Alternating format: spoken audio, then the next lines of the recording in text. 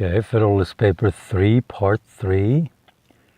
When once an efficient national government is established, the best man in the country will not only consent to serve, but also will generally be appointed to manage it.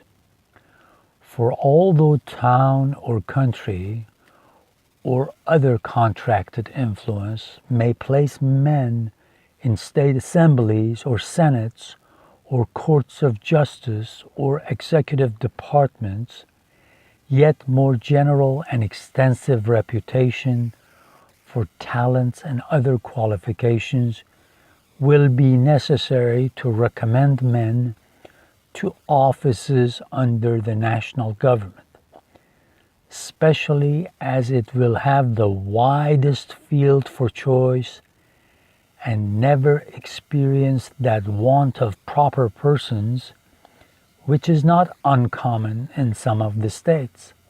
Hence, it will result that the administration, the political councils, and the judicial decisions of the national government will be more wise, systematical, and judicious than those of individual states, and consequently more satisfactory with respect to other nations, as well as more safe with respect to us.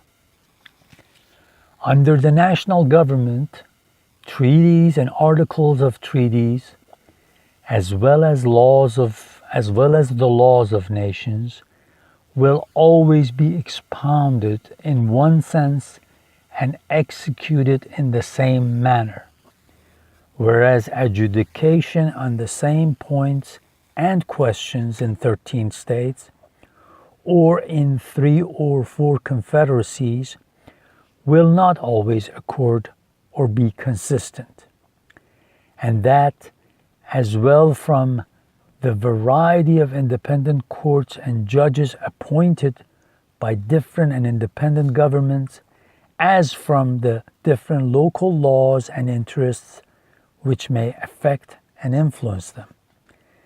The wisdom of the convention in committing such questions to the jurisdiction and judgment of courts appointed by and responsible only to one national government cannot be too much commended.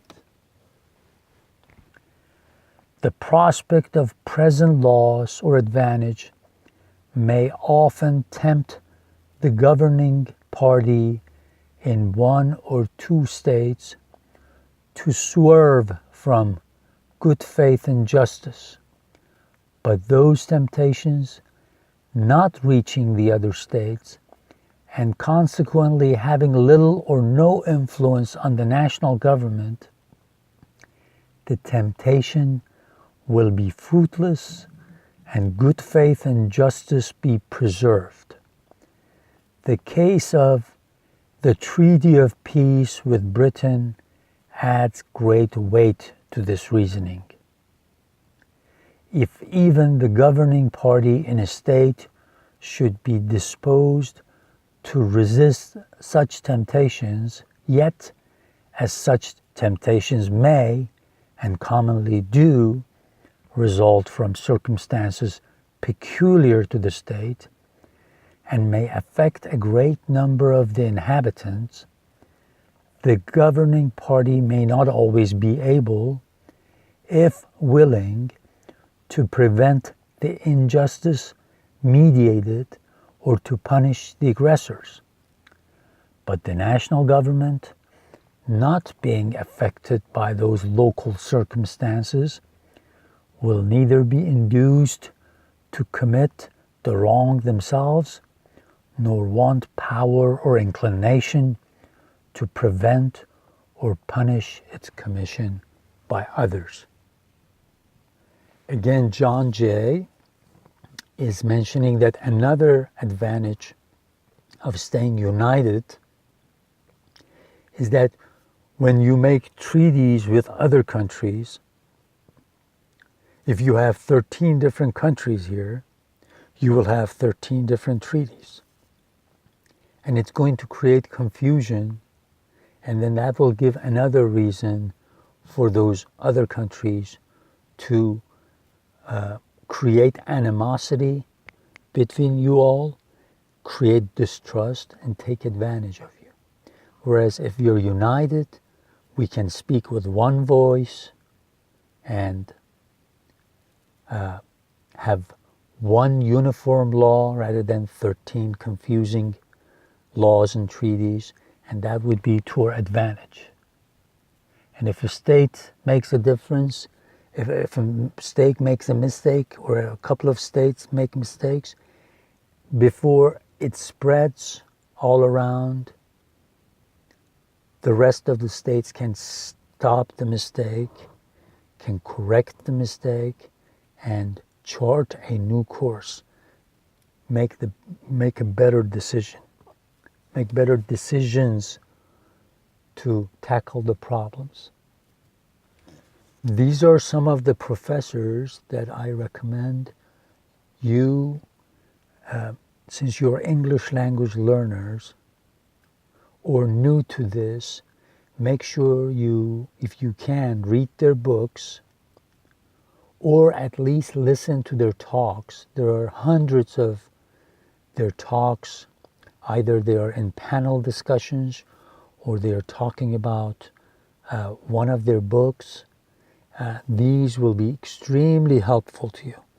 There are hundreds of videos, and don't worry if sometimes you listen to one that maybe not directly related to what you're learning, because most of their work have to do with early American history, and it will be helpful.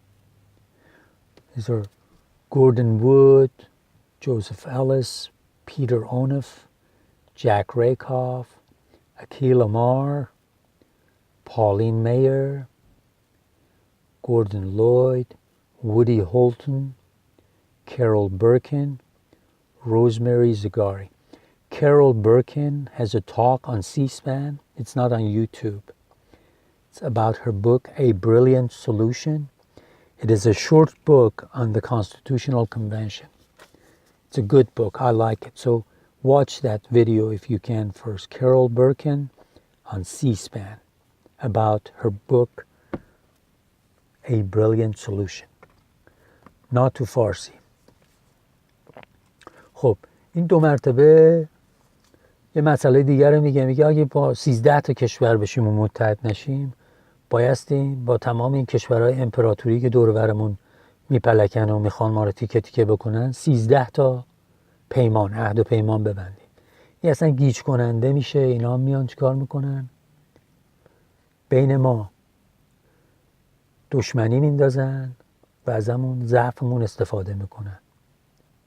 یه چیز دیگه ای هم که میگه وقتی که وسعت مثلا دایره جایی که ما میخوایم دولت میخواد اداره بکنه بیشتر بشه، گنده تر بشه، آدمای درست حسابی بیشتری پیدا میشن که جوابگو باشن که بیان امور رو بچرخونن. یعنی اگه مثلا بخوای ایالت جورجیا باشی، خیلی تعداد اونایی که تحصیل کردن با تجربه هستن و فلان و بهمان اینا خیلی کمه. ولی مثلا بخواید اینا رو جمع بکنید بشید 13 تا ایالت، هر ایالتی کلی آدمی که تخصص در یه چیزی یا یه چیز دیگه داره میتونن اینا بیان دولت مرکزی آمریکا بهتر خدمت بکنن. بعد این خودش من فکر میکنم اندازه 100 تا کتاب میارزه این پیشنهادی رو که دارم میکنم. اگه تونستید که خب کتابای اینا رو بخونید. خب کتاب که خب 100% بهتر از ویدیو ایناست. مونتا برای کسایی که دارن زبان یاد میگیرن و تاریخ رو یواش یواش یاد میگیرن، بد نیستش که اینا رو گوش بدن. اون حساب اگه نتونستید کتابا رو بخونید، این اساتید جمعاً داده 1000 تا سخنرانی توی یوتیوب و سی اسپن مخصوصا توی سی اسپن زیاد دارن. مثلا این خانم کرول برکین یک کتابی خیلی نقلی داره راجع به کنوانسیون فیلادلفیا، خوبم نوشته، زیاد تو جزئیات نرفته، ولی مثلا روی یوتیوب راجع به این کتاب ویدیوش نیست، ولی برید توی سی اسپن بزنید اسمشو، تمام ویدیوهایی رو که دارن ازش نشون میدن. یکیش هستش راجع به همین کتابش A Brilliant Solution. بعد خوبی اینا هم اینه که همشون چون تخصصشون توی تاریخ بنیانگذاری آمریکاست، ویدیوها رو که میبینید حتی اگه 100% با اون سالی که شما نمیخواید ربطی داشته باشه، ولی جمعاً خیلی مطلعتون میکنه. روزا تشویقتون میکنم که این کار رو بکنید، شروع کنید تمام ویدیوهای اینا رو دیدن. مثلا این خانم پالین میر یک کتابی نوشته به نام راتیفیکیشن که این کنوانسیون‌هایی که در ایالت‌های مختلف جمع شدن که این قانون اساسی رو تصویب بکنن، این داستانش خوب میبافه به هم دیگه. مثلا آقای جوزف الیس رو ببینید، ویدیوهاشو گردن بود، همه اینا خوبن. من کلی کتابا اینا رو خوندم و ویدیوهاشون رو دیدم و برای اینه دارم تشویقتون میکنم که این کارو بکنید.